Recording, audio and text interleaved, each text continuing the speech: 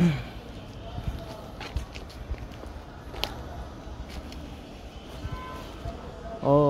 Oh. Sudah. nama. So. عشان نبيع من هنا. ايوه يلا. شايف السور ده؟ ايوه. عدي عدي عدي. هذه. اهو. هذا السور عشان الطوب قلب زي ده.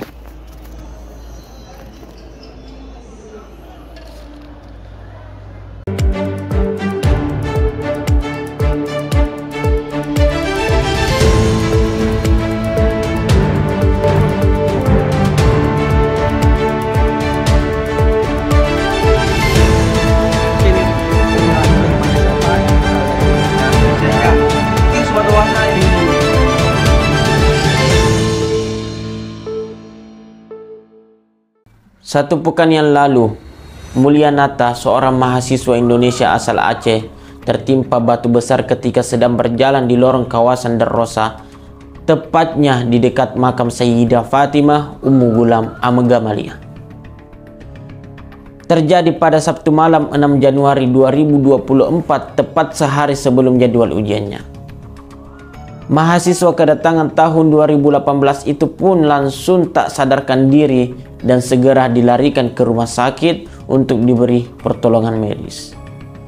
Namun, selang beberapa hari kemudian, Mulyanata dipanggil berpulang ke hadapan Yang Maha Kuasa pada Kamis 11 Januari 2024. Kepulangan almarhum menjadi berita duka yang menyedihkan, juga membuat publik masih bertanya-tanya tentang kejelasan penyebab kematiannya.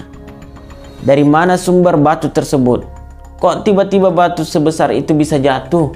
Apakah benar batu itu jatuh atau justru kematiannya karena tindak kriminal dari oknum tertentu? Apakah ada orang yang sengaja melemparnya? Pertanyaan seperti ini ramai dilayangkan, terutama di kolom komentar unggahan KBRI Kairo di Instagram. Untuk mencari titik terang, kami berbincang dengan DKKM, Lembaga Keamanan Mahasiswa yang kemarin turun langsung mengurus masalah ini.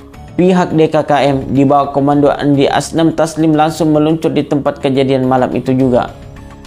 Sesampainya di sana, mereka dihadang oleh kepolisian yang mendekati TKP. Katanya, karena polisi telah mengamankan TKP beserta sebuah bongkahan batu besar yang menimpa Mulyanata, tak tinggal diam. DKKM bergerak ke rumah sakit Husain, tempat Mulyanata dilarikan. Mereka pun berhasil mendapat izin menjenguk Mulyanata yang telah terbaring tak sadarkan diri di UGD. Sejurus kemudian, polisi memperlihatkan foto korban kepada Taslim sebagai komandan DKKM. Ia lalu melihat luka kecil di bagian ubun-ubun yang mengeluarkan sedikit darah. Juga pada kedua pipi terlihat seperti pendarahan dalam, karena melihat wajah bagian bawah yang membengkak. Kira-kira seperti itu keadaan Mulyanata pasca kejadian. Setelah kejadian yang menimpa almarhum Mulyanata, polisi setempat langsung mengamankan tempat kejadian dan batu yang menimpa korban untuk dijadikan sebagai bahan uji coba oleh TKP.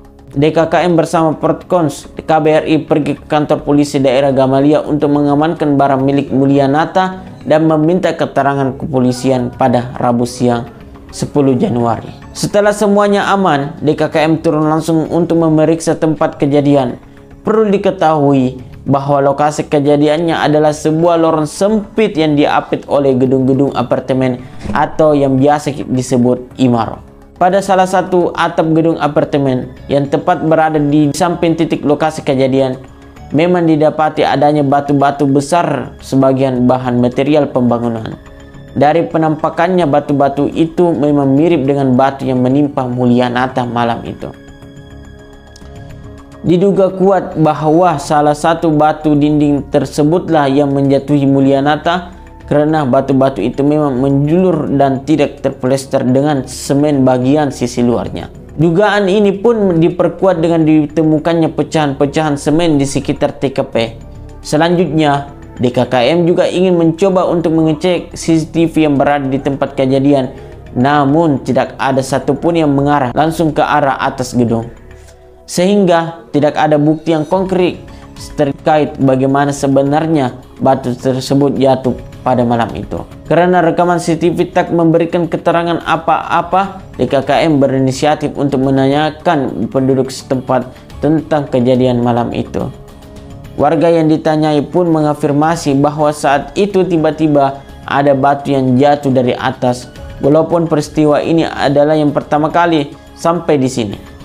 Semua temuan tersebut kemudian sesuai dengan hipotesis bahwa batu tersebut memang dianggap sendirinya jatuh dari atap gedung. Adapun dugaan terkait ada orang yang sengaja melempar batu, itu juga hanya sebatas dugaan dan tidak ada bukti pendukung yang kuat. Karena atap gedung itu pun ditemukan dalam keadaan terkunci, tempat bukanlah sebuah tempat yang sering didatangi oleh orang-orang, sehingga dugaan bahwa kejadian ini melibatkan seseorang sebagai pelakunya tidak terbukti. Taslim mengatakan polisi sudah menjalankan tugasnya, sudah melakukan investigasinya, cuman belum memang ada yang terbukti benar-benar melakukan dengan sengaja.